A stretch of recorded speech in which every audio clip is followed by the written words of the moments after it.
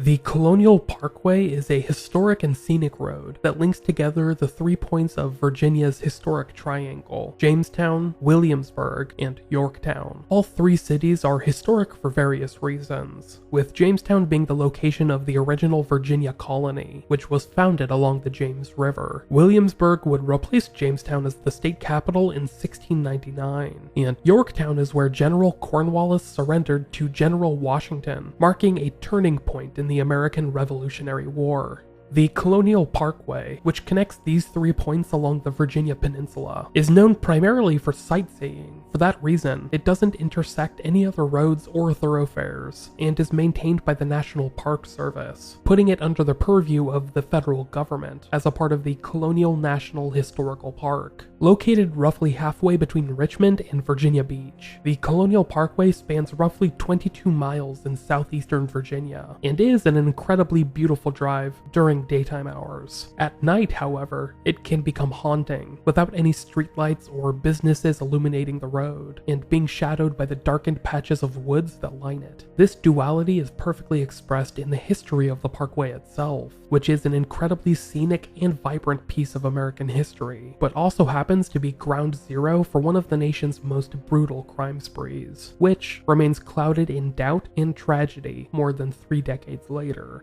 This is the story of the Colonial Parkway murders.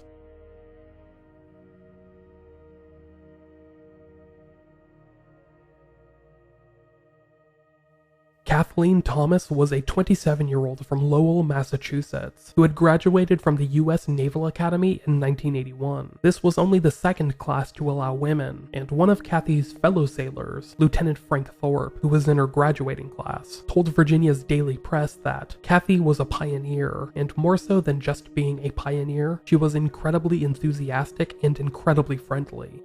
Kathy would remain a naval officer for roughly 5 years, ultimately rising to the rank of lieutenant. For more than 2 years, she served as the protocol officer at U.S. Atlantic Fleet HQ in Norfolk, Virginia, which was a prestigious position that she had been specifically chosen for. However, Kathy found that her career potential in the Navy was rather limited because of her gender, so she decided to leave the military on her own terms in May of 1986. After being discharged from the Navy, Kathy began working as a stockbroker at a firm in Virginia Beach, where she started work as a salesperson and found almost instantaneous success, earning more than $4,000 a month in commissions. She had her sights set on a promising career in the business field and began pursuing her master's degree in business administration at Old Dominion University. Eventually, Kathy's story would end up intersecting with another young woman named Rebecca Dowsky, who was a 21-year-old from Poughkeepsie, New York. Despite growing up in the Hudson Valley, Dowsky was rather worldly, having spent 2 years in Paris after her father accepted a position with the computing company IBM. Rebecca became fluent in French during her stay there, and graduated from the prestigious American school in Paris. After returning to the States, Rebecca had attended Dickinson College in Pennsylvania, where she became known as an all-star softball player in the Mid-Atlantic Conference. However, she would end up transferring to the College of William and Mary down in the Virginia Peninsula in January of 1986, becoming a business management major and hoping to take advantage of William and Mary's strong computing program. Rebecca had her sights set on a career in the business field and made the move to Virginia to facilitate her corporate aspirations. By the fall of 1986, Rebecca Dowsky was living in Williamsburg, and while not at school or hanging out with her friends, could be found spending her hours with tutors to improve her grades, or working at a daycare center near campus. She was in her second semester at the College of William and Mary, and had just entered into a new and exciting relationship with an older woman, Kathleen Thomas, who lived in the area and had been introduced to Rebecca through their mutual friend group. Ironically, the two were introduced together through Kathleen's former partner, which ruffled some feathers at the time, but was quickly worked through. The two young women were last seen together on the evening of Thursday, October 9th, 1986, at a computer lab with some friends at the William and Mary campus. Rebecca was planning on driving home over the extended weekend, with the school's fall quarter not beginning until the next Wednesday due to Columbus Day.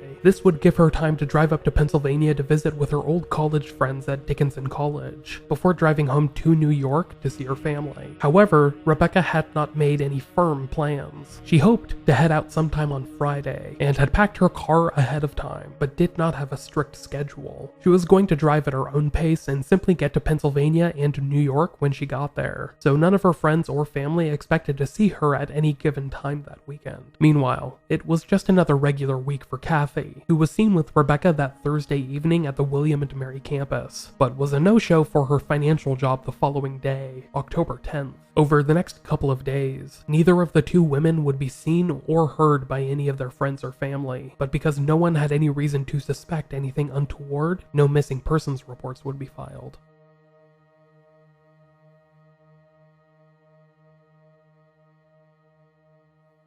On the afternoon of October 12th, 1986, a jogger happened upon a suspicious vehicle in an overlook near Cheatham Annex, a naval supply center along the Colonial Parkway, just outside of Williamsburg. This was about 6 miles away from Yorktown, near the Belfield Plantation, close to the 9-kilometer marker of the Colonial Parkway. This jogger happened upon the vehicle at around 5:30 p.m. that Sunday, while jogging along the York River. The vehicle was found just off of a runoff area, sort of like a gravelly parking lot, near the river itself. On the westbound lane of the parkway, there was a 15-foot drop-off heading down to the York River, which was shielded by a large area of bushes and shrubs, and that's where the vehicle was found. The white 1980 Honda Civic, which would later be revealed to belong to Kathleen Thomas, had been pushed out of view into the thick bramble overlooking the river. The jogger was unsure whether or not the vehicle had been intentionally pushed into the roughly 8 feet of briars and bramble, but it seemed to be something worth reporting to authorities, which is what they did next. Park rangers arrived at the scene that evening and immediately suspected that the vehicle had been accidentally driven over the embankment towards the river, perhaps by a drunk driver or by someone who did not have a full sense of their surroundings the prior evening. However, as they got closer to the vehicle and examined it, they determined that not to be the case. 2 bodies were inside of the vehicle, one of which was 21-year-old Rebecca Dowsky, who was laying in the back seat, and the other was 27-year-old Kathleen Thomas, who was found underneath the hatchback of her own vehicle. Both of the women were still fully clothed, seeming to eliminate any hint of a sexual motive, but something had undoubtedly happened to get them there. The park rangers at the scene broke the back window of the vehicle, hoping that both of the women might still be alive, but neither stirred, eliminating the belief that this might have been a tragic accident.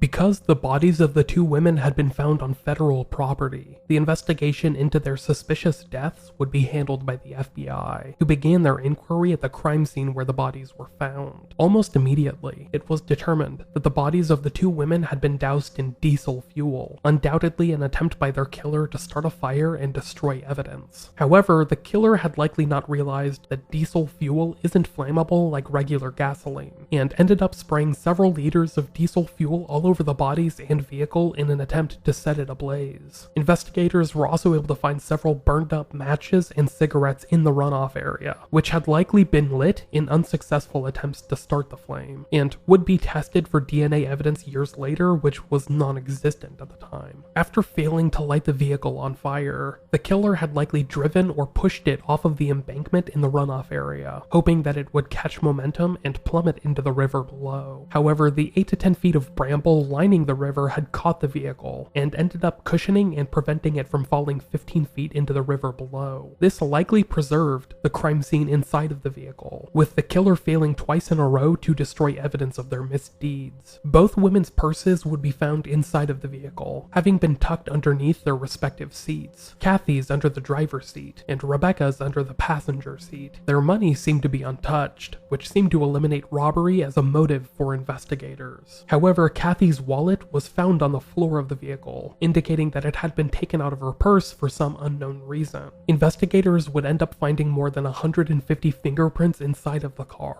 which did not match anyone in the FBI's forensic database. What surprised them most, however, was the overall lack of blood in the car, which wasn't fitting the brutal ends that both women had faced. This led the FBI to theorize that the two women had been killed elsewhere and were then brought back into the vehicle, then perhaps driven to this isolated location where the killer attempted to light the car on fire and then pushed or drove it into the bramble in a misguided attempt to destroy evidence. Autopsies performed on Rebecca and Kathleen's bodies would reveal bruises all over, which indicated that they had been brutalized or mishandled while alive. There were also nylon rope burns on their necks and wrists, and years later, forensic tests would reveal brine on the ropes that were used to bind them, indicating that the crimes took place in or near water, which might have been how the killer avoided leaving blood all over the vehicle or the area around this crime scene. In addition to the bruises and rope marks, the victims had apparent signs of strangulation, as well as deep cuts into their throats, with Jack Wagner, the FBI special agent in charge of the Norfolk office, telling the press that their throats were slit from ear to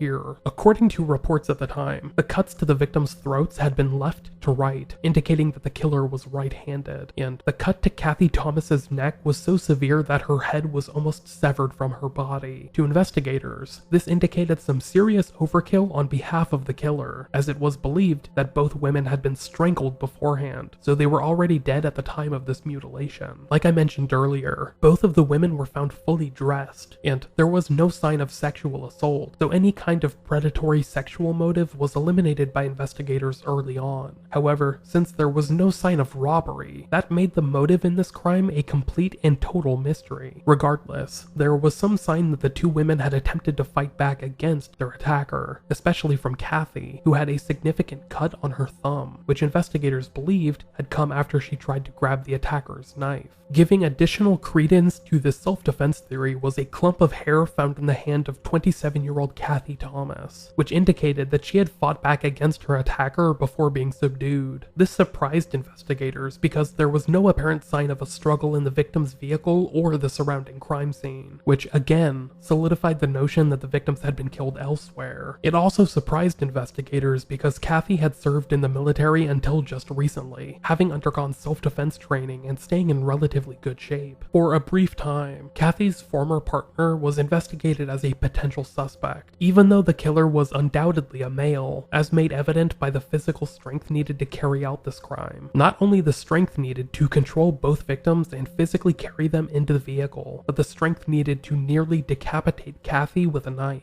Eventually, this logic led to investigators solidifying their killer as a male. Unfortunately, one of the setbacks for investigators came in the form of a time discrepancy. Investigators believed that the victims were killed later on October 10th or even October 11th, which did not fit in with the window established by the victims themselves. Rebecca and Kathy were both last seen alive on the evening of October 9th, and then Kathy was missing from work that Friday, October 10th. This discrepancy, while it may seem minor, might have led to certain suspects being eliminated early on, and stands as a potential oversight years later. To make matters even more complicated, it was publicly speculated, albeit somewhat briefly, that more than one killer may have been involved in this crime, due to the athletic physique of both women and there being no sign of an apparent struggle. Some investigators believe that this might have necessitated more than one culprit to keep both victims at bay at the same time, but this remains a point of contention so many years later. Unfortunately, the investigation into this violent double murder would fail to really answer any of the large, overarching questions. After finding the bodies of the two girls, and learning how they had spent their final hours, investigators began to probe their lives and those around them. Police discovered Rebecca's car on the College of William and Mary campus, packed and ready for her weekend trip up north. This indicated to them that Rebecca and Kathy had been intercepted after leaving the computer lab on the evening of October 9th, since she still had plans to return to campus and begin driving home that night or the following morning. However, where they were going in those vital hours, or where they had been, remains unknown to this day. The older brother of Rebecca Dowsky, Richard, told the press in the weeks after the crime, "Where they were going, I don't know. There was no clear motive in the case. The wallets were found on the victims. They had money. Beyond that, not a lot is known."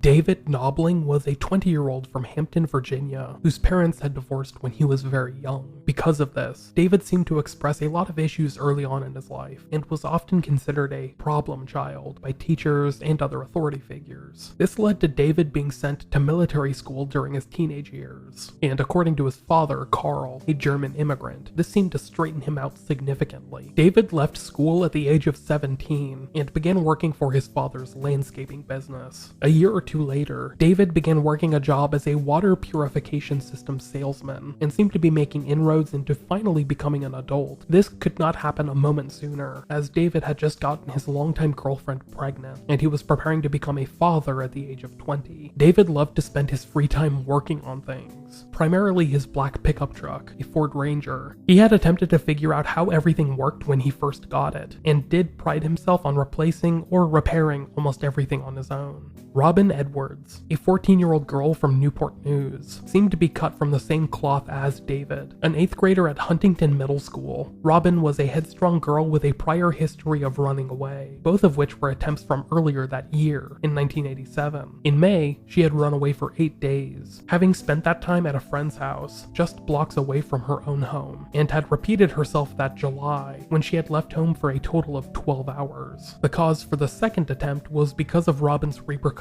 for the first. As a result of a runaway attempt earlier that year, she had been ordered by a judge to undergo a psychiatric evaluation. After giving herself several hours to contemplate her options, Robin turned herself into police and was ultimately diagnosed with depression, which resulted in her receiving medication in therapy. Despite her dramatic history, Robin always seemed to return home. It became apparent that her runaway attempts were little more than acts of teenage rebellion. In the months since, Robin had been working on bettering herself and was working hard to keep herself engaged, which in turn helped her combat her depression. Her grades had started to improve at school, and Robin had started to express an intense interest in the French language, even showing a desire to perhaps become an exchange student when she made it to high school. The lives of David and Robin would intersect on the evening of September 19th, 1987, when the two met for the very first time. David was taking his younger cousin Jason and his younger brother Michael to see the buddy comedy Dragnet, and Robin was actually on a date with one of those two. However, when they got to the movie theater, they found out that the movie was sold out, so the four ended up going to an arcade nearby instead, where they spent the next few hours together. Despite Robin being on a date with one of David's younger relatives, she seemed to hit it off with the older David, which did not surprise Robin's friends or family when they learned about it later on, as they described her acting and looking older than she was, just 14. After hanging out at the arcade for a few hours, the four began driving home, with Jason and Michael riding in the back of David's pickup truck, and Robin riding alone in the cab with David. David dropped off Robin at her home at around 11 p.m., but it's believed that they made plans to reconnect later that night, now that Robin had made it home before curfew. Robin's mother, Bonnie, last saw her at around 11:30, but her father found the front door of their home open at 5:30 the following morning, with Robin missing from her bedroom. Robin's sister would later recall Robin seeming particularly eager for her to go to bed, which indicated that she had been planning on sneaking out. Meanwhile, David Knobling's mother last saw him just after midnight that Sunday, and it was believed that he had left his home to pick up Robin, never to be seen alive again.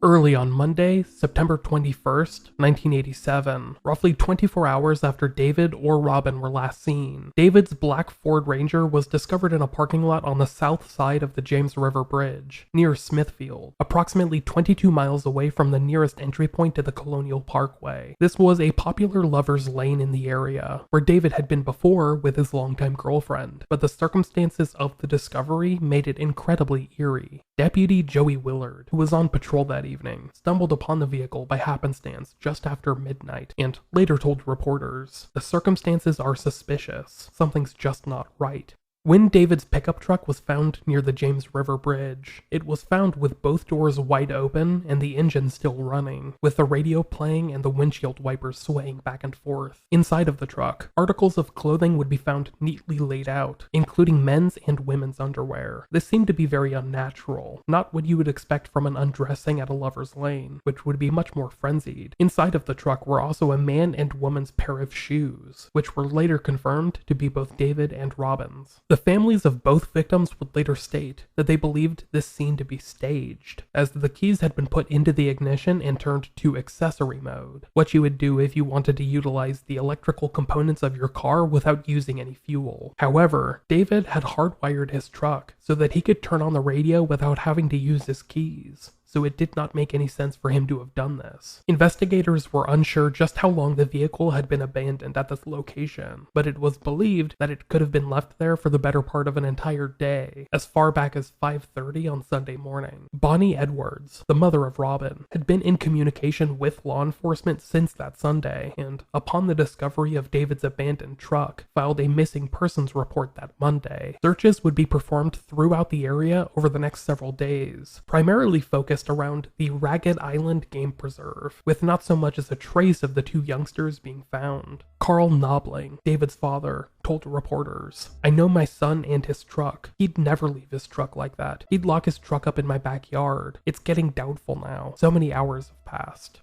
Robin's mother, Bonnie Edwards, would express a similar sense of doubt to the press. "I'm very frightened at this time. We are still hoping for the best, but are trying to prepare ourselves in case something's happened."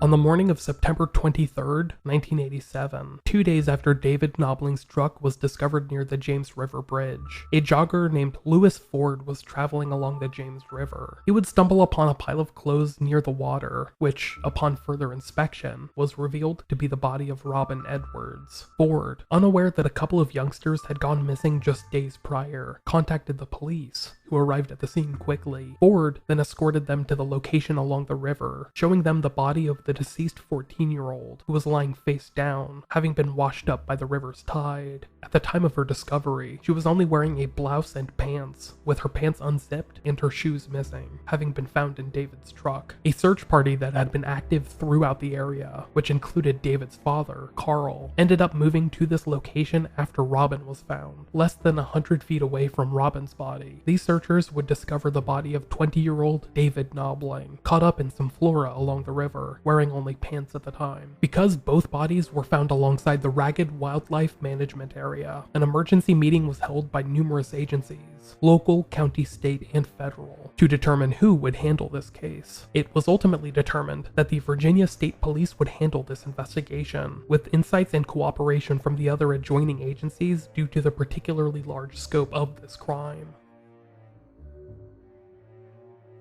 An autopsy of both victims' bodies would reveal that they had been shot in the head once, execution style, but the male victim, David Knobling, had sustained an additional gunshot to his shoulder, which, it was believed, had been received while attempting to escape from the killer, perhaps while he was running away. Because of the large scale of this crime scene, it was impossible to determine where exactly the two had been shot. Perhaps they had been taken to the water, where the elements might have helped wash away evidence. To make matters worse, it had rained twice since both were last seen, and the tide of the river had changed, so any existing footprints or evidence left near the river had disappeared. The caliber of the firearm used to shoot David and Robin would never be released to the press, with it being announced that no shell casings had been found in the area near the bodies. This indicated the possibility of the weapon being a revolver, which would not leave behind any shell casings, although that's just a guess on my part. Additionally, it was found that the bullets had gone through the victims' bodies, leaving behind no direct proof of their size, so it seems like investigators were left guessing. While dozens of .22 caliber cartridges would be found in the woods, it was unknown if any of them could be linked to the murders. Since Ragged Island was a wildlife refuge, they simply could have been left behind by hunters. Another facet of the case that investigators struggled with was trying to establish a timeline for the crime. They theorized that David had picked up Robin at around 12:30 a.m. on Sunday, September 20th, but would establish a roughly 5-hour window for this crime to have happened, theorizing that it happened sometime between 12:30 and 5:30 a.m. Investigators believe that David and Robin had gone out to this region along the James River Bridge because of David's familiarity with it, and were surprised while they were inside of David's truck by the killer, who had been armed with a firearm.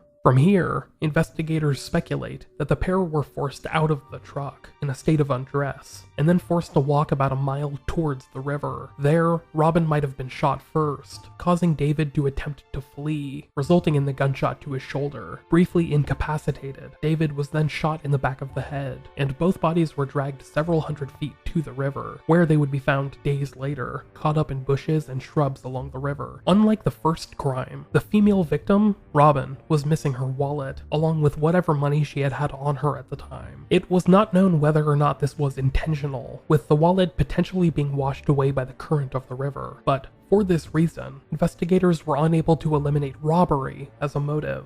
Despite rumors early on that David and Robin had fallen prey to a drug deal gone wrong, investigators were quick to dismiss such baseless rumors, not finding any basis in fact for them. Rumors of a drug deal gone south tend to plague a lot of true crime stories, with the drug trade being a boogeyman that's perpetually linked to unsolved cases. But neither Robin nor David had any linked drug dealers, or had any known involvement in drug usage. And while the idea of a shadowy cabal conducting drug deals in the dead of night along a moonlit lover's lane, killing anyone that they encounter, may seem intriguing, it's not something that generally happens in real life.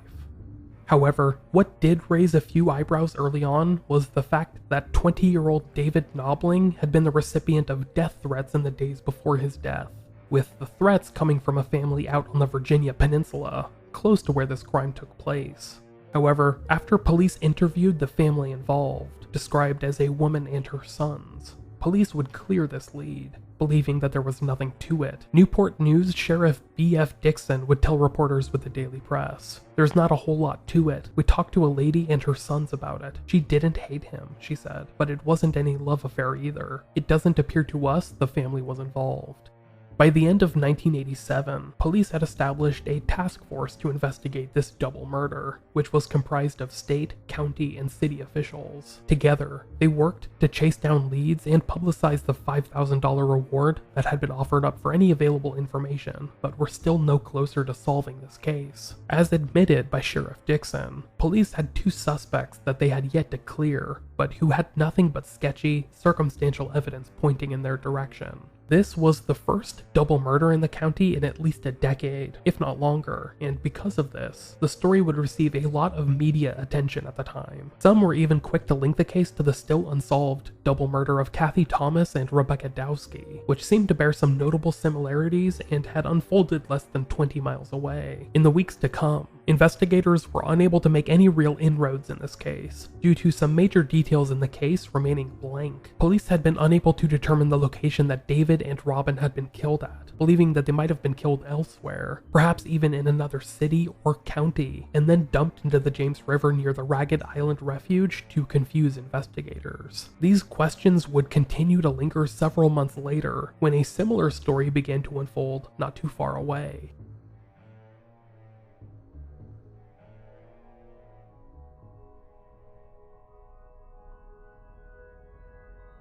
On April 9th, 1988, two students at Christopher Newport University, then known as Christopher Newport College, went on their first date together. Cassandra Haley, nicknamed Sandra, or Sandy by her friends, was an 18-year-old from Grafton, Virginia. Richard Call, who usually went by his middle name Keith, to avoid confusion with his father of the same name, was a 20-year-old from Gloucester, while Keith had just recently broken up with his longtime girlfriend and wasn't necessarily looking for a new love connection. He could not say no to a date with Sandy. April 9th was a cold spring evening, with temperatures hovering between the mid-40s and low 50s. That night, Keith picked up Sandy at her parents' home and promised to have her back by 2 a.m. The two were heading for the movies, he said, although it was discovered later on that this wasn't happening. It's unknown whose idea this was between the two, but they decided to instead head to a party being held at the Warwick Boulevard Apartments in the University Square neighborhood of Newport News. At the party, dozens of other kids their age were mingling, but to bystanders at least, it did not look like Keith and Sandy were really hitting it off.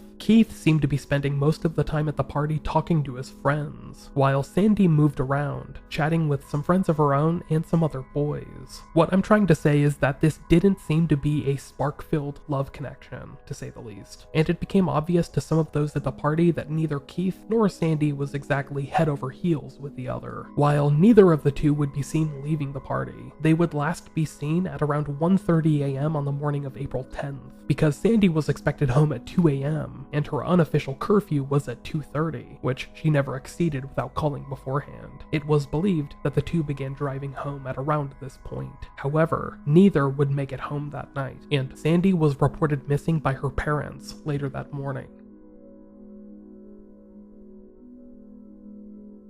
Several hours after Keith Call and Sandy Haley were last seen by classmates at the party, Keith's red 1982 Toyota Celica was found. The car, which he had received as a gift from his parents following his high school graduation, was found abandoned at the York River overlook along the Colonial Parkway, just west of the Naval Weapons Station, about 3 miles west of Yorktown, and about 2 miles east of the first crime scene from 1986. Keith's father, Richard Call, was actually the first known person to discover the vehicle while heading to the brewery in town that he worked at. At around 7:15 a.m., Richard saw the red Toyota Celica parked along the Colonial Parkway and decided to pull over to give it a look. Because he knew it was Keith's, he looked inside of the empty car and said that nothing seemed amiss. He noticed a couple of items inside, such as Keith's wristwatch, Sandy's purse, and a couple of empty beer cans, but did not think that anything was out of the ordinary. He knew that Keith had gone out on a date the night prior, and with him being an adult, his business was his business. Richard believed that Keith and his date had gone out on a walk to chew up some of the picturesque scenery, and he decided to continue on to work, already running a little bit late that morning. It would later become clear that the vehicle had just been abandoned. A park ranger came upon the vehicle about 2 hours later, discovering the driver's side door to the Toyota Celica ajar, and the glove box opened inside. Tucked near the gas and brake pedals were a pair of men's shoes, which were later determined to be Keith's, and inside, a wide variety of items were scattered throughout. This included Sandy's purse, Keith's watch, a pair of glasses, car keys, Keith's wallet, another wallet containing $12, at least one Busch beer can, and several items of clothing folded up neatly on the back seat, which included all of Keith's clothing and Sandy's undergarments, as well as at least one of her shoes. Missing from the scene, however, were Cassandra's wallet, money, and jewelry, none of which would ever be recovered.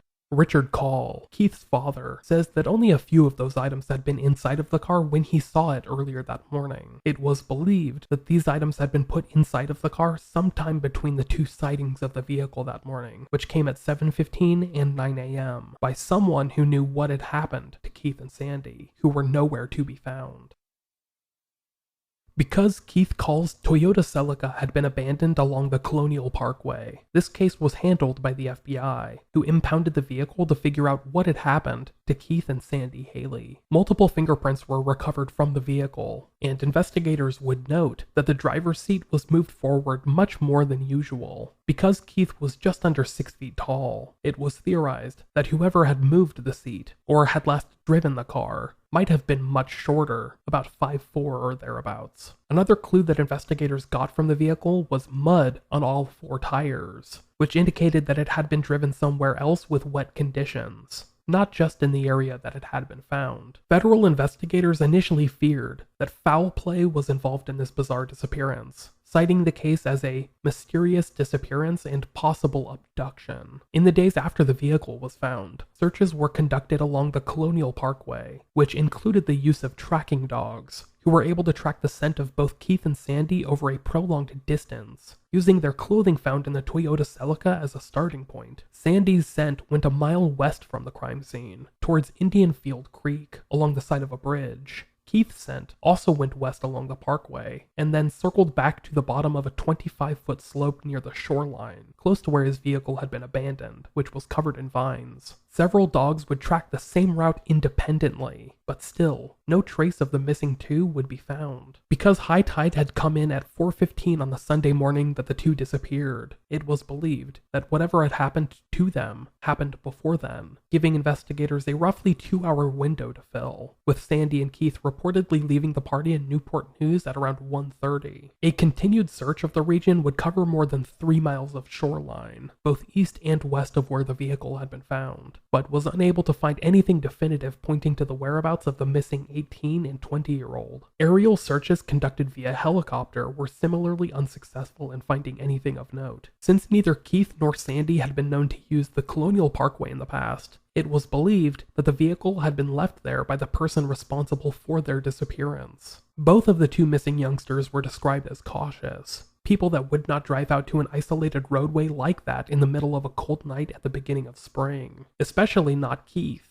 who had seemed leery of the area in the past, and expressed his hesitance to travel places without streetlights or people nearby. Investigators would echo this doubt weeks later, when FBI Special Agent Joe Wolfinger told the press that the vehicle had possibly been abandoned there specifically, along the parkway, to confuse investigators, perhaps distracting them from the real crime scene, where Keith and Sandy might have met foul play. Unlike the other stories in this case, the bodies of Cassandra Haley and Richard Keith Call would never be found. Park rangers believed that the couple might have gone skinny dipping that night, and had potentially been carried away by the current. Maybe, perhaps, they had gotten into some other kind of trouble, but there was no evidence indicating what that might have been, so there was no real reason to investigate further. The loved ones of both victims would push back against these theories, that the two, being youngsters that were drinking beer and had just come from a party, had gotten into some kind of unknown trouble. Keith and Sandy's families would push back against the skinny dipping hypothesis in particular because the temperature had been quite low that night, just about 10 to 15 degrees above freezing. The temperature of the water was even colder, below freezing, and it was unlikely that either Keith or Sandy would have gotten into the water willingly. Joanne Haley, Sandy's mother, would tell reporters about this proposed theory. They didn't go up there to go swimming. They didn't go up there to get in trouble. They're smarter than to get into the water on a night that cold.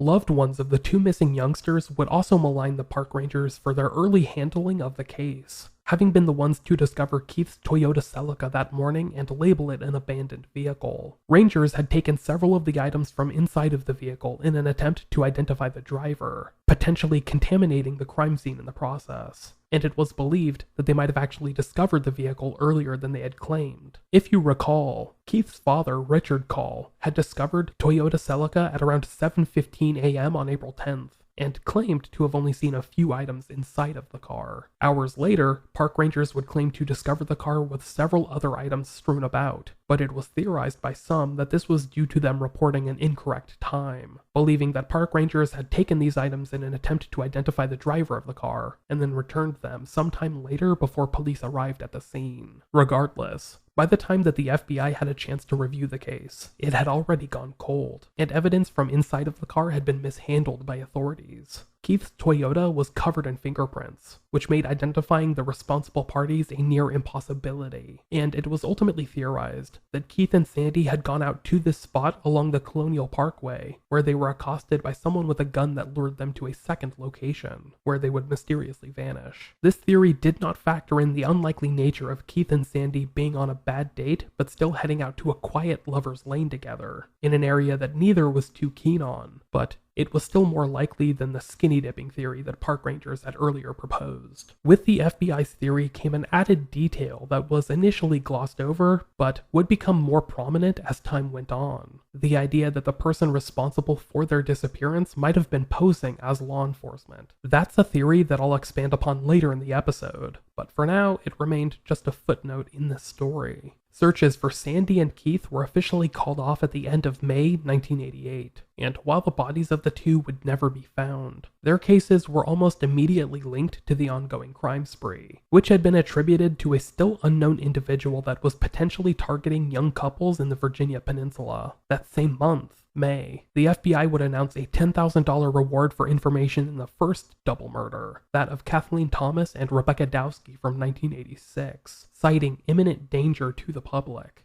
While investigators would not officially state that the rationale for this reward was linked to the recent disappearance of Cassandra Haley and Keith Call, Irvin B. Wells, the special agent in charge of the FBI office up in Norfolk, would tell the press that the possibility exists that people in the community there remain in danger. Ron Little was a man from New Zealand who had immigrated to the US in 1985 and began working as a private investigator in Virginia. There, he operated a private firm named Liberty Security, which, coincidentally, had links to at least one victim of this still unnamed offender, Robin Edwards, whose mother worked for Little at the security firm. At the time, Ron Little seemed to have established a nice life for himself in Virginia, having married a woman that he later had a child with, and owning his own business. But then, for some unexplainable reason, Little decided to insert himself into the middle of this unfolding story, writing a series of rambling letters to numerous media outlets and local politicians, newspapers, news stations, and state senators alike, claiming that he was being harassed by the FBI over several unsolved murders. This included the 6 victims from this crime spree, as well as at least 2 others, Brian Pettinger and Lori Powell, whose bodies were found in the James River in February and April of 1988, respectively. Unlike the ongoing case from the Colonial Parkway, these 2 victims had a personal connection to Little, having worked with him at his security firm, but Little wasn't an active suspect in either case. Surprisingly, the FBI was not investigating Little for any of these murders, at least not actively. After raising a stink in the press about his alleged mistreatment at the hands of the FBI, Special Agent Jim Waters would be forced to address the matter in a statement given to the Virginia Daily Press. "I don't even want to justify that man's accusations with a statement. The FBI has interrogated hundreds of people in connection with these cases. The only one pointing a finger at Little is Little himself, and he seems to be doing it in a big way."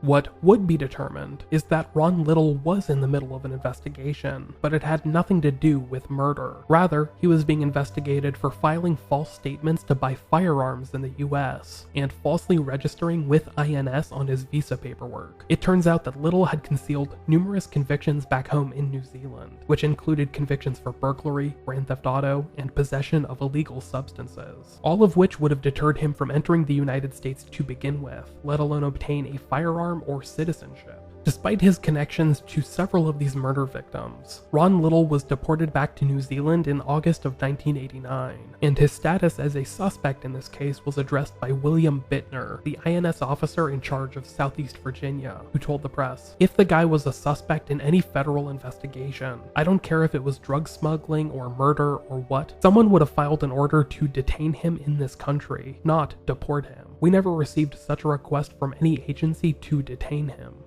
It's unknown why Ron Little decided to insert himself into the story the way that he did. Maybe his letters were a desperate attempt by him to stay in the United States, by turning himself into a sympathetic figure in the press. Or perhaps they were simply the ramblings of a mentally ill person. But it would become clear months later that he was not a valid suspect in this story. That's when the Colonial Parkway crimes continued, with perhaps the most baffling case yet.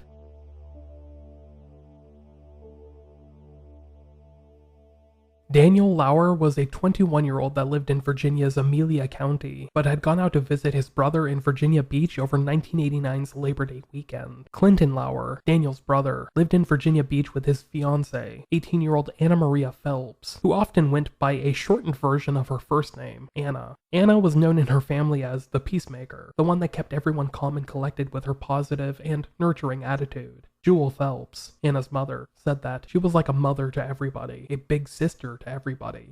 Over Labor Day weekend, Daniel drove out to visit his brother along with some friends of his, who brought along their infant daughter. While out there, Daniel spoke to his brother and decided to shake things up with his life. Clinton and Anna, Daniel's brother and his brother's girlfriend, had invited him to come out and live with them for the time being, and Daniel, craving something new in his life, decided to accept their offer. Daniel would move in the following week after he was able to fetch some items from his family's home in Amelia County. The following Monday, September 4th, 1989, Daniel made the 2+ hour drive back to his parents' home, having been joined by his friends, who were returning home, as well as his brother's girlfriend. Anna seized upon the opportunity to visit with her own family out there, however briefly, but was going to be headed back to Virginia Beach with Daniel later that evening. Daniel and Anna were last seen at around 11:15 p.m., leaving the Lauer family's home in Daniel's gold 1972 Chevy Nova. They were going to make most of the trip along I-64, heading eastbound for Virginia Beach, but as hours began to pass, it became clear that something had happened to the two, with Clinton, Daniel's brother and Anna's fiance, growing concerned in the early morning hours as he awaited their return. Early that morning, Clinton would actually set out along I-64 with a coworker of his, looking to see if the pair had broken down alongside the road. After some time, however, Clinton and his friend, running low on gas and money, had to return home. They were concerned that they would break down themselves while searching, or potentially miss Daniel and Anna returning home. However, they had no idea how close they had come to discovering Daniel's vehicle, which had been parked along the interstate, just a few miles away from where they had been at the time.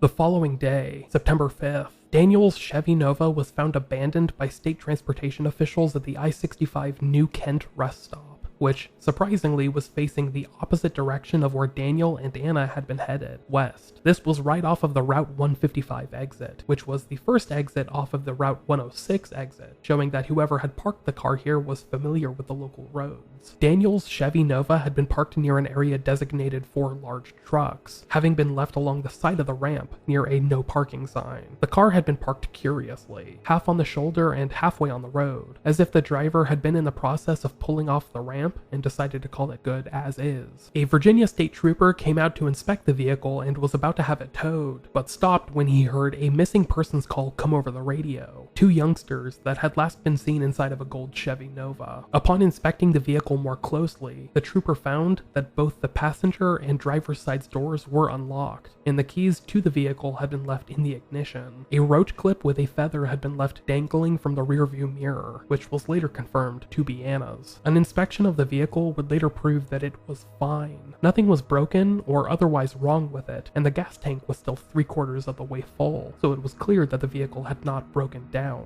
However, that left the question of why it had been abandoned that much more intriguing, especially since almost all of the items that Daniel Lauer had retrieved from his family's home the evening prior were still there, barring a few items that weren't worth anything of value. Surprisingly, the vehicle looked like it had been driven in the woods, due to a large accumulation of dirt and grass stains, as well as weeds that had accumulated in the car's undercarriage. This surprised the loved ones of the missing youngsters, who had no reason to believe that they would have been driving anywhere other than I-64. That information, paired with the fact that the vehicle was found at a rest stop on the westbound side of the interstate, led loved ones to believe that someone other than Daniel might have driven the vehicle to this location and left it there. A massive search would ensue for the missing man and woman, who had last been seen at around 11 p.m. the night prior. Because of the location that the vehicle had been found along the interstate, the search and subsequent investigation was headed by the Virginia State Police, who utilized tracking dogs and helicopters over the next several days. However, no sign of Daniel or Anna Maria would be found. Over the next several weeks, sightings of the pair would be reported throughout the area, including one sighting in particular reported by a truck driver who claimed to have seen them in the eastbound rest area the night that they went missing, just after midnight. This would fit in with the timeline established by investigators, but did not explain how the vehicle they were in ended up on the westbound side hours later. Another potential witness claimed to have seen them at the westbound rest stop during the daytime hours of September 5th, the day after they went missing, but this did not fit in with the known timeline. There were no way to prove any of these sightings, of which these two were just an example, so they would remain rumors over the next month or so, while Daniel and Anna remained missing.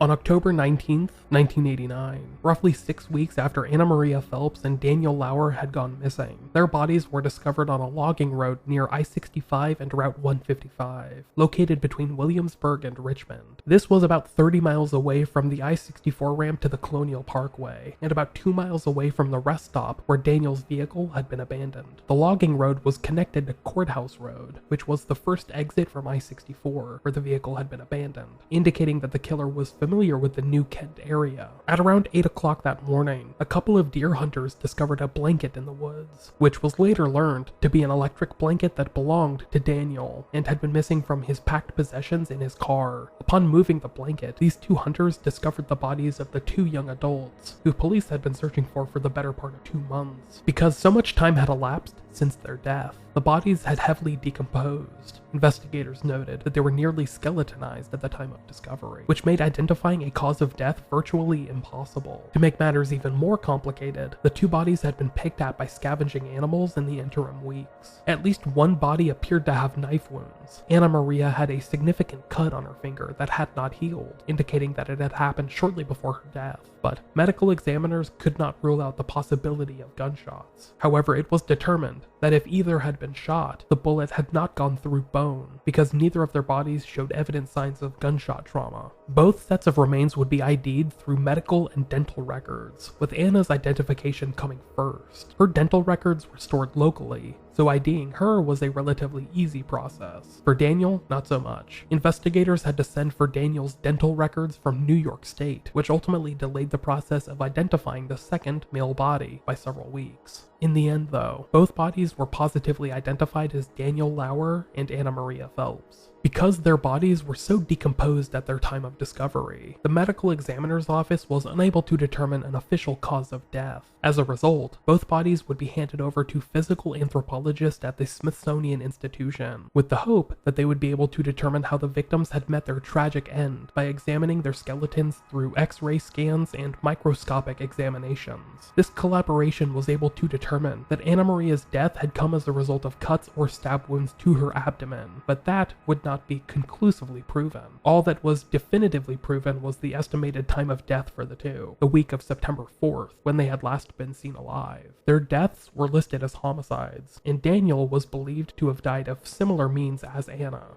Several pieces of evidence related to this crime would never be recovered, which included the wallet of Anna Maria Phelps. This seemed to match the pattern of female victims in this case having their wallets and ID cards stolen. When investigators found the two bodies, it was noted that Anna was wearing Daniel's socks and shoes, and a couple of her personal documents had been found near the bodies, which included both her social security card and her miniature birth certificate, both of which had likely been taken from her wallet. The reasoning for this remains unexplained.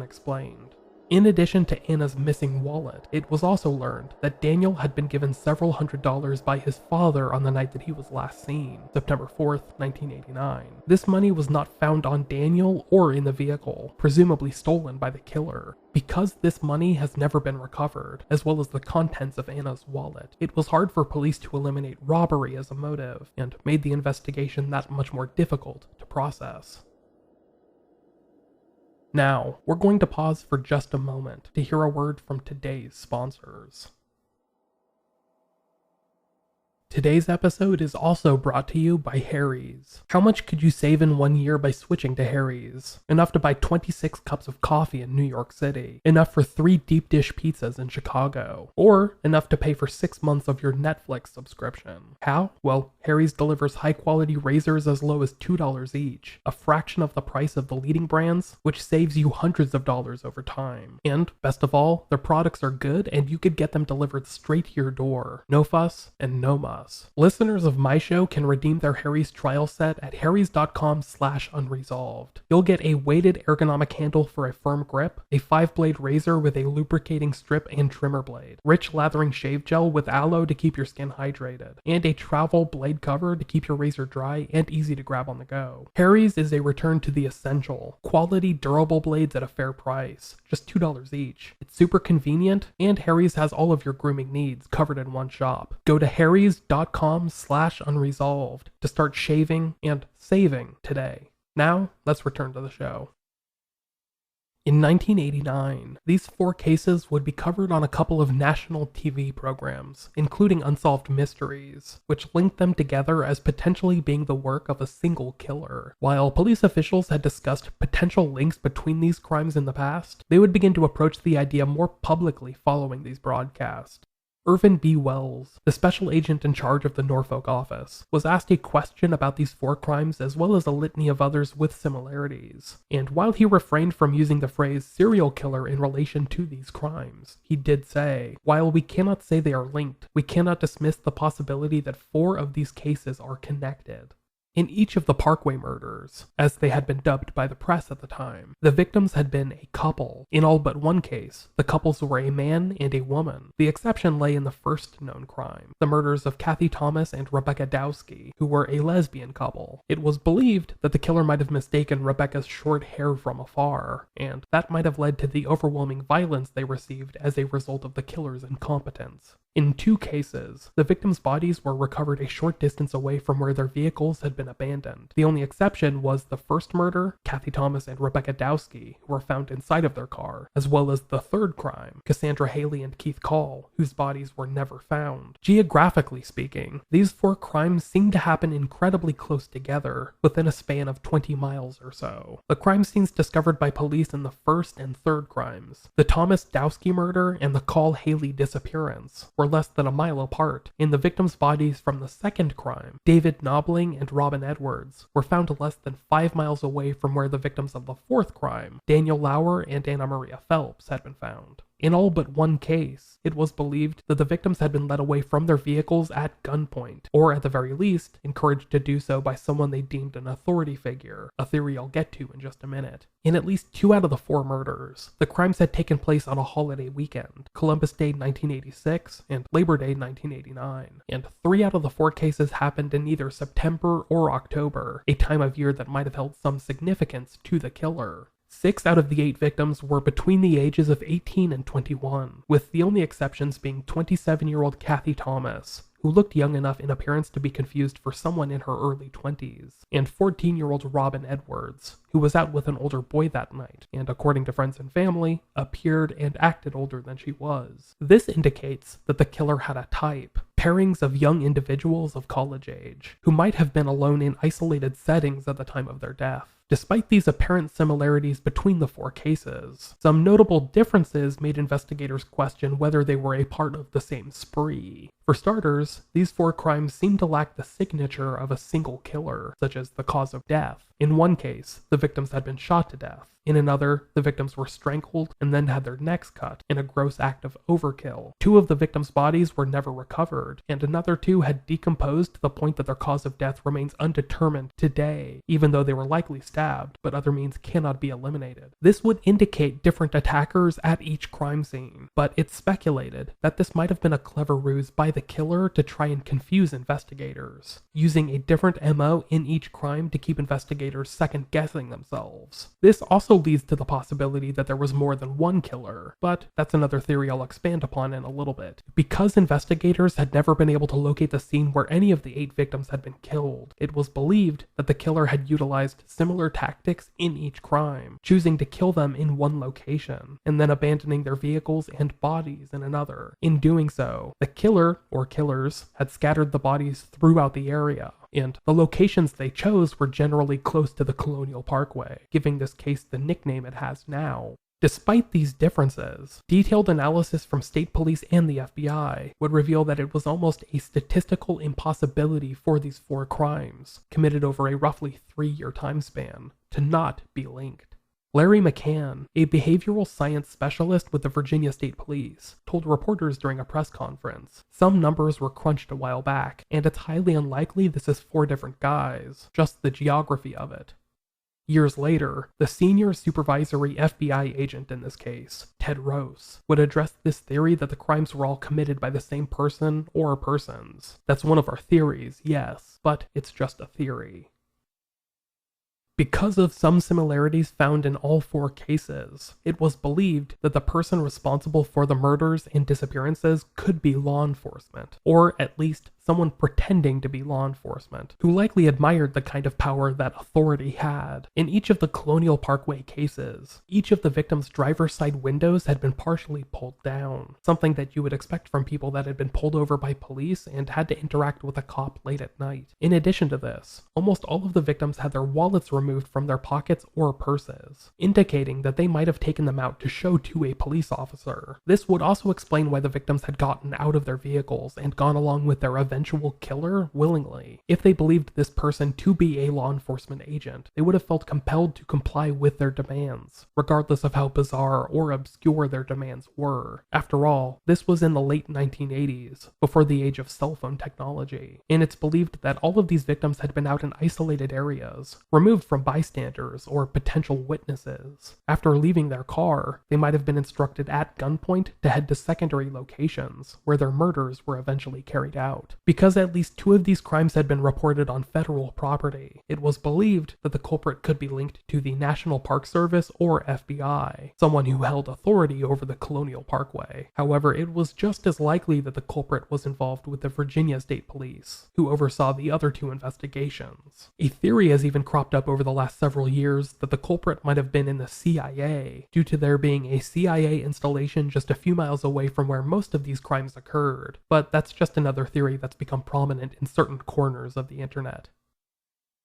Another theory that has lingered over the past few decades, but hasn't received as much attention as the law enforcement angle, is the possibility that the killer in this case was actually a group of killers. At least 2 or more individuals that perpetrated this spree together, acting in tandem to terrorize their victims before killing them. This theory had been floated very early on when investigators struggled to determine how the first 2 victims, Kathleen Thomas and Rebecca Dowsky, had been killed without any sign of a struggle at the crime scene. This would remain a consistent question throughout the investigation, with the law enforcement theory explaining it in part, but not fully. Larry McCann, the behavioral science specialist with the Virginia State Police who I quoted just a few minutes ago, believed that more than one person had been involved in these crimes because of the psychological profile he developed over time. As reported by the Daily Press, he would publicly state, "I don't think one person could have controlled the victims. I think there needed to be 2. These were not easy targets. These were young, healthy, strong individuals. It would have been too much for one person to handle."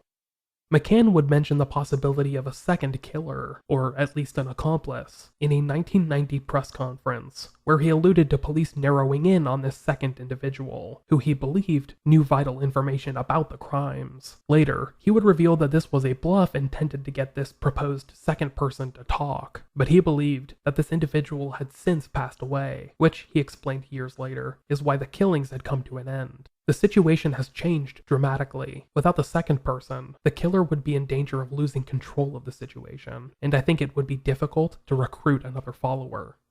Over the next several years, investigators would continue to follow up on any available leads, interviewing hundreds of persons of interest and dozens of potential suspects, but were unable to make any sustained progress in the 4 unsolved cases. However, they were able to find a few cases that bore many significant similarities to the Colonial Parkway murders, which, likewise, remain unsolved today.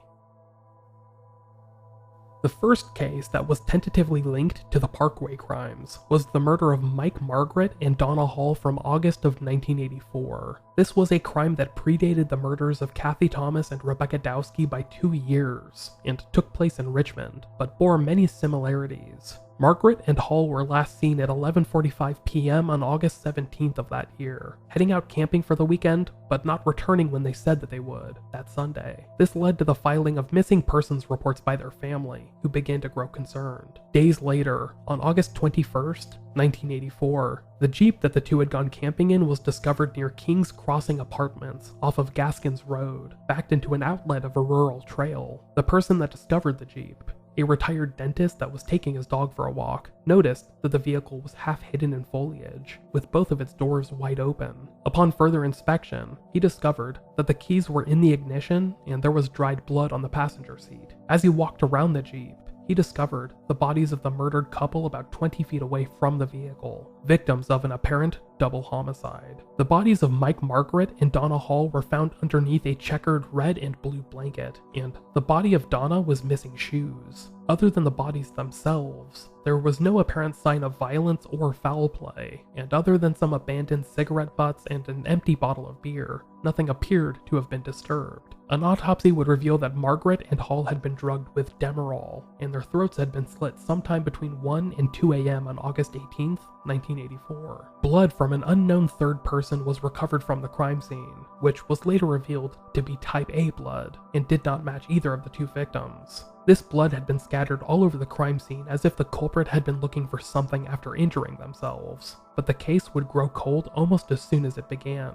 with justice never being found for either Mike Margaret or Donna Hall.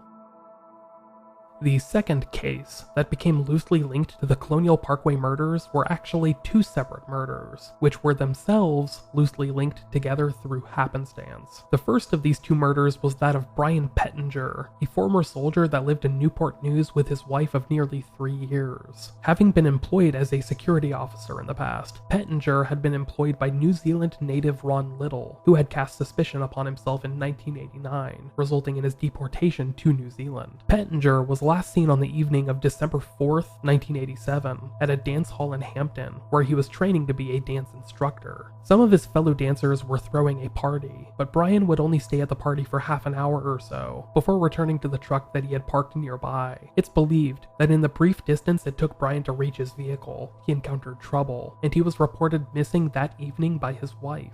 Just 2 days later, on December 6th, Brian's truck was discovered in the parking lot of Newmarket North Mall, but his case would go cold until the following February. On February 1st, 1988, the body of Brian Pettinger would be discovered by a couple of fishermen floating in the Chugatuck River, an outlet of the James River, where it was believed that Brian's body had been dumped. At the time of his discovery, Brian was found wearing only a dress shirt and socks, but it would be determined that he had been bound at his ankles, wrist, and neck with rope before his death. While he was believed to have drowned to death, a wound to the back of his head revealed that he had endured some kind of blunt force trauma beforehand.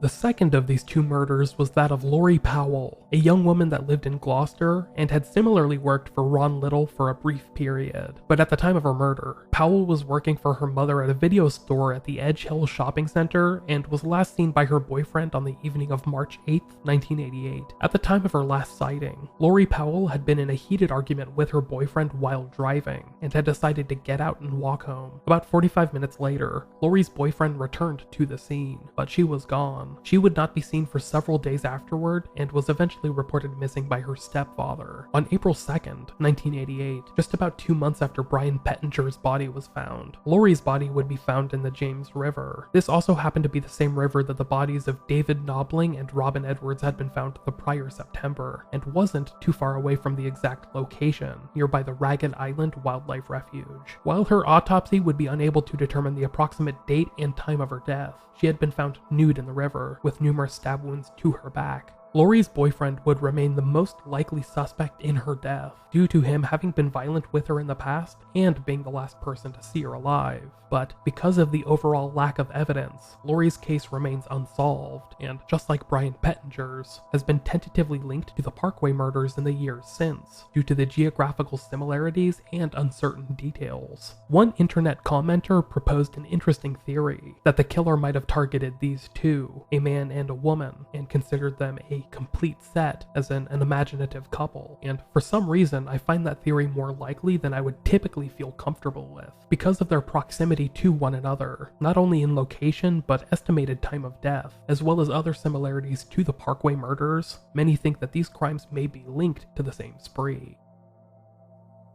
The third case that became tied to the Colonial Parkway murders was a case from the Shenandoah National Forest, which bore a lot of similarities to the first Parkway murder, that of Kathleen Thomas and Rebecca Dowsky. In this case, the victims were two women, Lolly Winans and Juliana Williams, who were a lesbian couple that went camping in May of 1996, a decade after the first Parkway murder and nearly 7 years after the final known crime. The couple's camping trip began on May 19th, and they went out into the Shenandoah National national park with their dog, a golden retriever named Taj. The couple was last seen alive by a camp ranger on May 24th, when they went to renew their camping permits and were dropped off at the Stony Man parking lot at 5:30 p.m. Despite the couple being expected back later that month, with Julie expected to return to work the following week, and Lolly attending a friend's wedding on June 1st, they would not make it home. On June 1st, 1996, the bodies of both women were found near the Skyline Lodge, with their wrists bound and their throats slit, left to right, as had been the case in the first Parkway murder. One of the women was found inside of their tent, naked, gagged, with her wrists and ankles bound, while the other was found 10 to 15 feet away, also naked, similarly bound at her wrist, and her mouth covered in duct tape, which contained hairs from an unknown individual. The second victim was found inside of a sleeping bag, which had been seemingly thrown towards a creek at the bottom of the hill, but, just like in the murder of Kathleen Thomas and Rebecca Dowsky, had failed to meet the mark. Neither of the women appeared to have been sexually assaulted or robbed, and this vicious murder appeared to have been violence for the sake of violence. Investigators pegged the women's date of death as either May 28th or May 29th of 1996, and investigated their crime as a hate crime based on their sexual orientation, barring any new information. For those of you that are dog lovers, fret not. Their golden retriever Taj was eventually found wandering unharmed near the crime scene, but like all animals, he had to bear the burden of what he knew in silence. In the aftermath of the crime, investigators were left grasping at straws, but a suspect would emerge the following year, 1997. That is when a man named Daryl Rice was arrested after attempting to violently abduct a woman at Shenandoah, before trying to run her over with his truck when he was unsuccessful in that attempt. The woman managed to raise the alarm with local authorities, and Rice was obtained by park rangers a short time later. By the time he was in their custody, he had changed not only his clothing, but the license plates on his truck, and was found to be carrying both leg and hand restraints inside of his car. In addition to being an all-around unpleasant person, Daryl Rice had a history of harassing and exhibiting potentially abusive behavior towards female co-workers and other acquaintances, which had resulted in his termination from his job earlier that year. At the time of his arrest, Rice had been 29 years old and only had 2 short-lived relationships under his belt. Investigators would discover that he had become obsessed with violent pornography in the years leading up to this violent encounter and harbored an obsessive hatred of women in general. Investigators would also discover that Daryl Rice had been in the Shenandoah National Park the weekend of the Lolly Winans and Juliana Williams murder, having left on May 26th and then returning a few days later. While this did not fit with the timeline established by authorities, who had pegged the women's deaths as happening on May 28th or 29th of that year, this seemed like too much of a coincidence for investigators. They had long believed that the culprit of this double murder had trouble expressing himself and harbored resentment towards the women's sexuality, and Rice made a perfect candidate for both attributes. He was charged with the Winans-Williams murders in 2002 while serving out his sentence for the violent assault and abduction attempt from 1997. However, despite all of the circumstantial evidence seeming to fit Daryl Rice like a glove, it would come out during the trial that none of the physical evidence matched. The hairs found on the duct tape at the scene did not match him and seemed to eliminate Rice as a suspect entirely. For that reason, the charges against him were dismissed in 2004 without prejudice, meaning that he could get charged again in the future, but that has not come to pass. In 2002, the FBI would publicly state that Daryl Rice was not a suspect in the Colonial Parkway murders, but the murders of Lolly Winans and Juliana Williams remain unsolved to this day. The fourth and final high-profile case that has been linked to the Colonial Parkway murders over the years is the case of the Route 29 Stalker, a criminal that was active throughout Northern Virginia and Maryland in 1996, the same year that Lolly Winans and Juliana Williams were murdered. The criminal nicknamed the Route 29 Stalker is believed to have been responsible for the murder of Alicia Showalter Reynolds, a young woman that went missing in March of 1996 while driving from Baltimore, Maryland to Charlottesville, Virginia to spend the day shopping with her mother. Alicia's vehicle was found abandoned along the highway near Culpeper, along Virginia's Route 29, with a napkin on the windshield, indicating car trouble. As police began their search for the missing young woman, they would discover that multiple eyewitnesses had seen Alicia pull over along the side of the road and speak to a middle-aged man in a blue pickup truck, who it was theorized had beckoned her to pull over. Over the next several weeks, close to 24 women would come forward with reports of similar encounters with a strange man matching that description.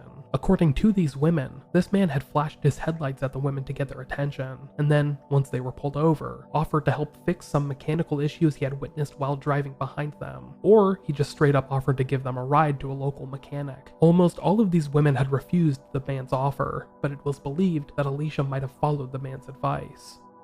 The witnesses who had encountered this man in the past described him as a middle-aged man, 35 to 45 years old, who stood at an average height, just below 6 feet tall, with a medium build and red-brown hair that he constantly waved back with his left hand. According to these women, this man used the name Larry Breeden, but this was just believed to be an alias. Nearly 2 months after her disappearance, the body of Alicia Showalter Reynolds would be found in the woods, approximately 15 miles away from where her vehicle had been abandoned. Police have never released specific details about her death, citing its unsolved nature and the integrity of their case. While the case would go cold, police investigated several men in this case, including Daryl Rice, the Maryland native that had been tied to the Lolly Winans Juliana Williams murder. Not only did he match the physical description of the suspect, but he had family in the area. His father lived just off of Route 29, and he drove a pickup truck that was similar to that described by witnesses. Because of the lack of public clarity in this case,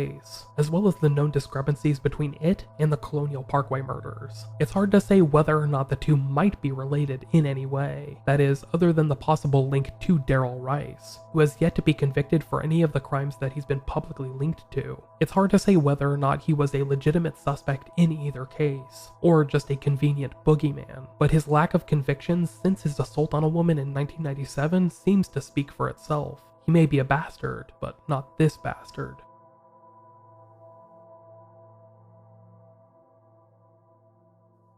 Sadly, the case of the Colonial Parkway murders seems to have stalled for several years, carrying on through the 1990s and early 2000s. While the story would be mentioned in local newspapers and during evening news broadcast, there wasn't a lot of new information being brought to the table during this span. The cases were, for a lack of a better word, frozen at this point.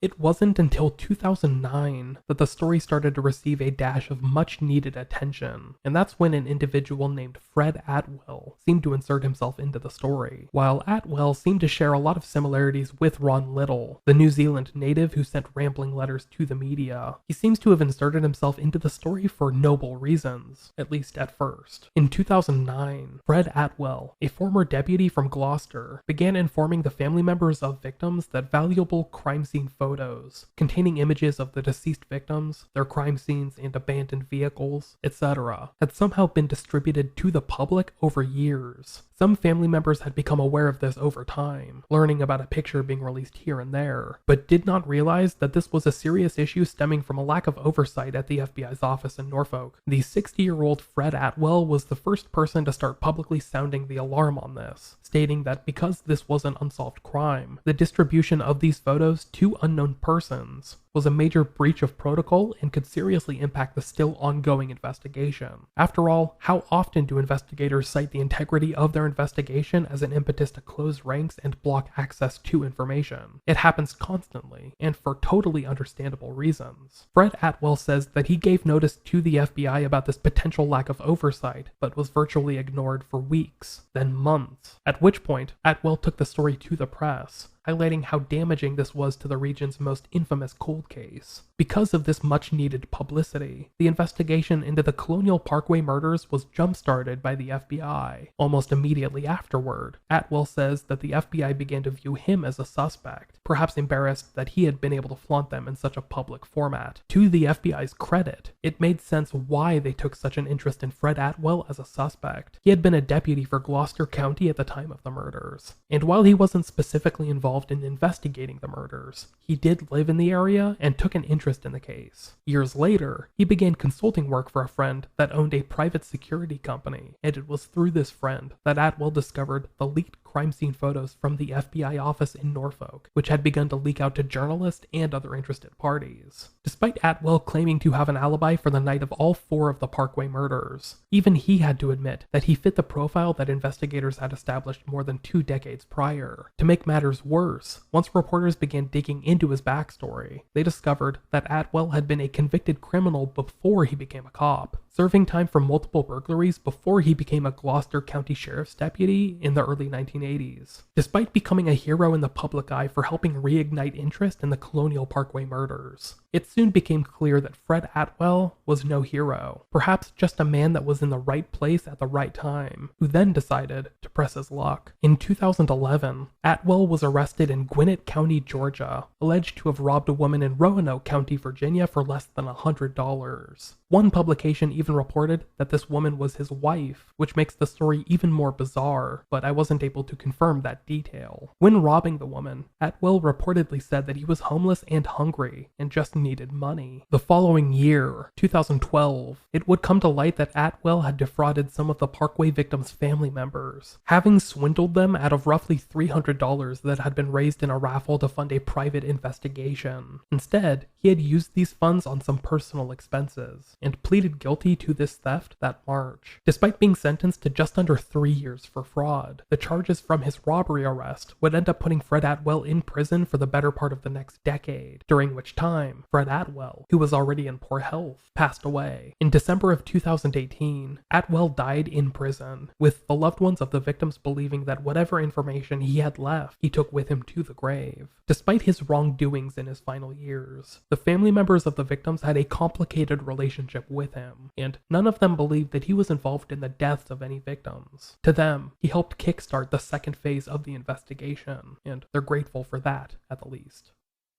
In 2010, the families of the victims requested the assistance of investigator Steve Spingola. Spingola, a retired homicide detective from the Milwaukee Police Department, had gained fame for his contributions to the North Side Strangler case, and had become an investigative journalist after his law enforcement career. You may know him, in fact, from the television program Cold Justice. After being contacted by the families and traveling out to Virginia, Spingola began to float a theory that the crimes were attributed to several killers, not just one, as had been posited for years. He would eventually publish this theory in the form of a magazine article titled Predators on the Parkway, which was later independently released as a standalone booklet. In it, Spingola explains that the first Parkway murder, that of Kathy Thomas and Rebecca Dowsky from 1986, can potentially be linked to the murders of Lolly Winans and Juliana Williams from 1996. He theorizes that both could have been hate crimes committed against lesbian couples from the same individual. However, Spingola also believes that the murders of David Knobling and Robin Edwards, commonly known as the second of the Parkway murders, can be attributed to a robbery gone wrong. He thinks the same of the last known Parkway case, that of Daniel Lauer and Anna Maria Phelps, but that's primarily because of some additional news that broke in 2010. In addition to the Spingola profile being released that year, it was announced that some new information had been found in the decades-old cold case. Inside of the apartment belonging to Anna Maria Phelps, one of the final 2 known victims of the Parkway killer, a potentially game-changing clue had been found shortly after her death. This piece of evidence came in the form of a note, which indicated that Anna Maria Phelps was planning on meeting someone at a rest stop on the night that she and her boyfriend's brother, Daniel Lauer, initially disappeared. This note gave a time and date for the meeting, and seemed to match up with certain details that investigators already knew about the case. Also, this note revealed that the person Anna was planning to meet was driving a blue van, which was a new piece of information that investigators had seemingly glossed over back in 1989. This note had initially been taken by investigators, but was then handed back to Anna's family after the case had gone cold, where it remained for years. It wasn't until a loved one started going through these belongings that they unearthed this potentially major clue years later. Given what we know about this case, with the vehicle of Anna's boyfriend's brother being found at a rest stop, and their 2 bodies being found roughly a mile away. This note is incredibly suspicious. It seemed to include directions for the exact rest stop that Daniel's Chevy Nova was later found, seeming to put the 2 directly onto the path of a killer. Steve Spingola, who saw the note, later spoke to local news station WAVY at the time. "What I remember, it was a blue van at the time they were supposed to meet somebody. It was a note with a name and a phone number and a description of the car to meet at the rest stop."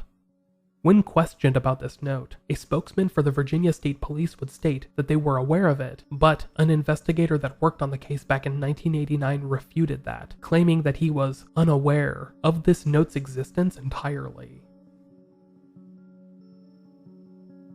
In the decades since, a few other suspects have been floated by media outlets and online theorists, including an individual named Ralph Leon Jackson. Jackson, a 57-year-old, was arrested in 2010 for events that transpired that April. That spring, 27-year-old Timothy Davis had been out on a date with 19-year-old Christina Floyd, and together, the 2 were watching the sunset at Rock Point Overlook along the Blue Ridge Parkway in western Virginia, about 3 hours west of the Colonial Parkway. Then, suddenly, they were attacked by the older Jackson, who fired a shotgun at the pair. He immediately hit Davis in the head, causing the younger man to fall more than 200 feet off of a nearby cliff. 27-year-old Timothy Davis would cling on to life for 5 days, but would eventually pass away in the hospital. Jackson would then attack the 19-year-old Floyd, who, despite having her lung punctured by the shotgun blast, would manage to escape. However, in the brief physical assault that followed the gunshot, Jackson would seriously injure Floyd after pushing her off of a small cliff and pelting her with rocks. Floyd managed to survive, fleeing the scene and contacting authorities, ultimately leading investigators to Ralph Leon Jackson.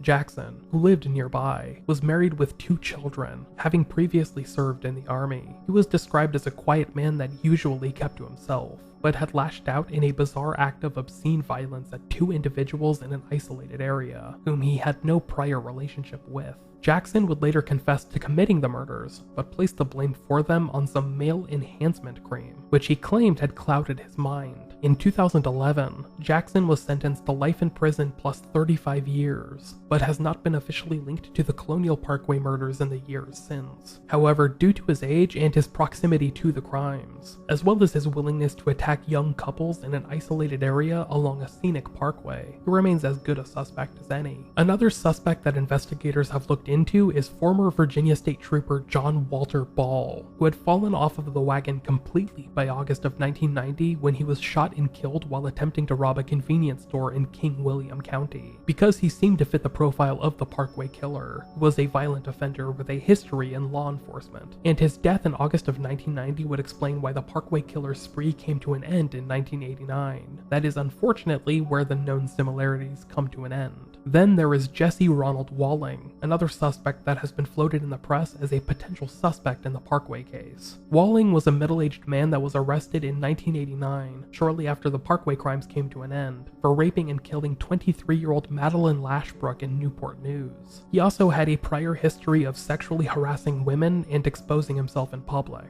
However, because of this, Walling seemed to be a sexual predator, which seemed to contrast the Parkway crimes, which bore no sign of an overtly sexual motive. Even though Walling is not believed to be an active suspect, he is, to me at least, the perfect embodiment of just how inundated investigators were in this case. Almost every single violent criminal that was active in the region during this time, the mid-1980s to the early 1990s, seems to fit at least some part of the psychological profile. When you factor in the population of the Virginia Peninsula, which was more than 400,000 people by 1990, paired with the populations of the cities nearby, which includes the Baltimore and DC metropolitan area, as well as other cities such as Richmond and Charlottesville, you're talking about millions of people, potentially hundreds, if not thousands, of available suspects. Without a smoking gun piece of evidence, it would be like trying to find a needle in a haystack. However, all it would take is one piece of evidence to change things entirely. Until now, that vital clue has managed to elude investigators, who have been pulled in 1,000 different directions over the span of this lengthy case, but that can change at any given moment.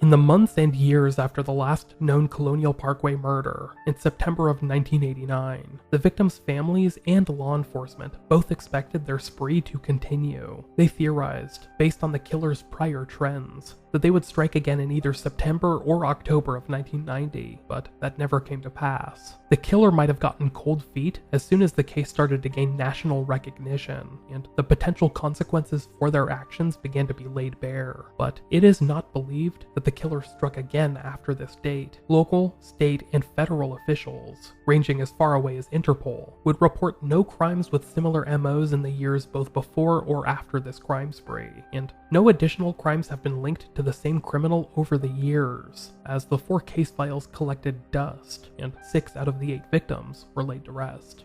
Despite the case remaining dormant over the better part of 2 decades, the case was reactivated by the FBI in 2010 upon the insistence of the victims' loved ones. Officials have revealed that there remain more than 130 suspects in this case, none of whom have panned out over the past 34 years, but who all remain valid possibilities for prosecution. In 2018, it was announced via social media from a page monitored by Bill Thomas, the brother of Kathleen Thomas, who has become the most active proponent in the case and now hosts his own podcast called Minds Over Murder, that DNA from 3 out of the 4 crime scenes was in the process of being tested by the FBI. Details have been scarce about this testing in the years since, such as what 3 crime scenes the samples were taken from, if they were consistent with each other, etc. But this was one of the first hopeful updates in a case that is older than many of us, as Bill Thomas was quoted as saying in a 2019 article from the New York Times, "For me and my family, it's never been about a prosecution. I'm not seeking closure. It's not like the sun will come out tomorrow. I don't care if he's dead. I want to know who he is."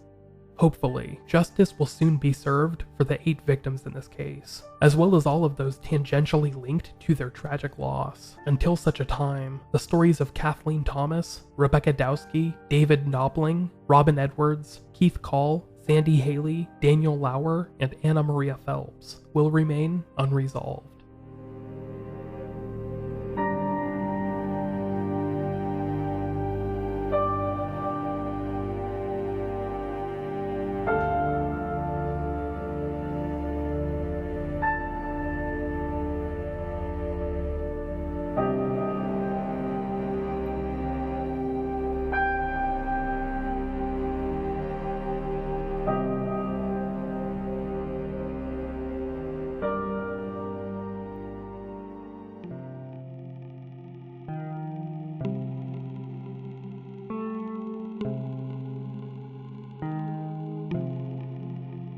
Thank you all for listening to Unresolved. I have been your host, Micheal Whelan. In addition to researching and writing this episode, I am also responsible for producing the podcast you're hearing now, which has been my pride and joy for the past 5 years. I will include the music credits in the episode description and at the podcast website, but the song you're hearing now is the Unresolved theme song, written and composed by my friend Ailsa Traves. To learn more about this podcast or myself, visit the Unresolved website at unresolved.me. There, you can also learn how to support this podcast through PayPal or Patreon, the latter of which allows you to receive bonuses such as bonus episodes, access to my Patreon-only podcast Resolved, or a producer credit. On that note, I would like to thank this week's producers, who are as follows: Roberta Jansen, Ben Crocombe, Victoria Reed, Gabriella Bromley, Peggy Bellarda, Quill Carter, Laura Hannon, Damian Moore, Amy Hampton, Stephen Wilson, Scott Meesey, Marie Vangland, Scott Patzold, Astrid Nair, Lori Rodriguez, Aimee McGregor, Sydney Scotton, Sarah Moscaratolo, Sue Kirk, Thomas Ahern, Travis Sepko, Seth Morgan, Marion Welsh, Patrick Loxo, Alyssa Lawton, Meadow Landry, Rebecca Miller, Joe Wong, Tatum Batista, Aaron Piles, Tunya Elzinga, Jacinda B., Ryan Green, Stephanie Joyner, and Dawn Keller. Thank you all so much. Pardon my French, but you're all fucking rock stars, and words cannot express how grateful I am for your continued support. Even though this podcast is nearly half a decade old, this is still an independent, one-man operation, and every bit of support helps. Even to those of you that don't have the means or desire to support the podcast financially, spreading the word to friends and family, or posting to social media, or taking a minute to leave a nice review. It all helps and is insanely appreciated. Thank you all so much for doing anything. As you might be aware, this has been the final episode of the season. However, fret not, because my hiatus is going to be rather short-lived. I will be returning in September with the 6th season of Unresolved from my new home office just outside of Anchorage, Alaska. I'm excited to get settled up there for what may be the foreseeable future, and hopefully that means I'll get to dive into some of the bizarre mysteries from that side of the world. However, for all of you, please stay safe, stay healthy, stay smart, and please, if you can, make sure you're registered to vote and do so as early as possible. I'm going to avoid being political because a small contingent of you really hate that, but please make sure that your voice is heard this fall. I only say that because this will be my last broadcast for the next month or so, but I honestly mean it when I say that I appreciate the hell out of each and every one of you, and I hope that you're here to listen when I return for our next batch of spooky and strange stories. I'll talk to you all later.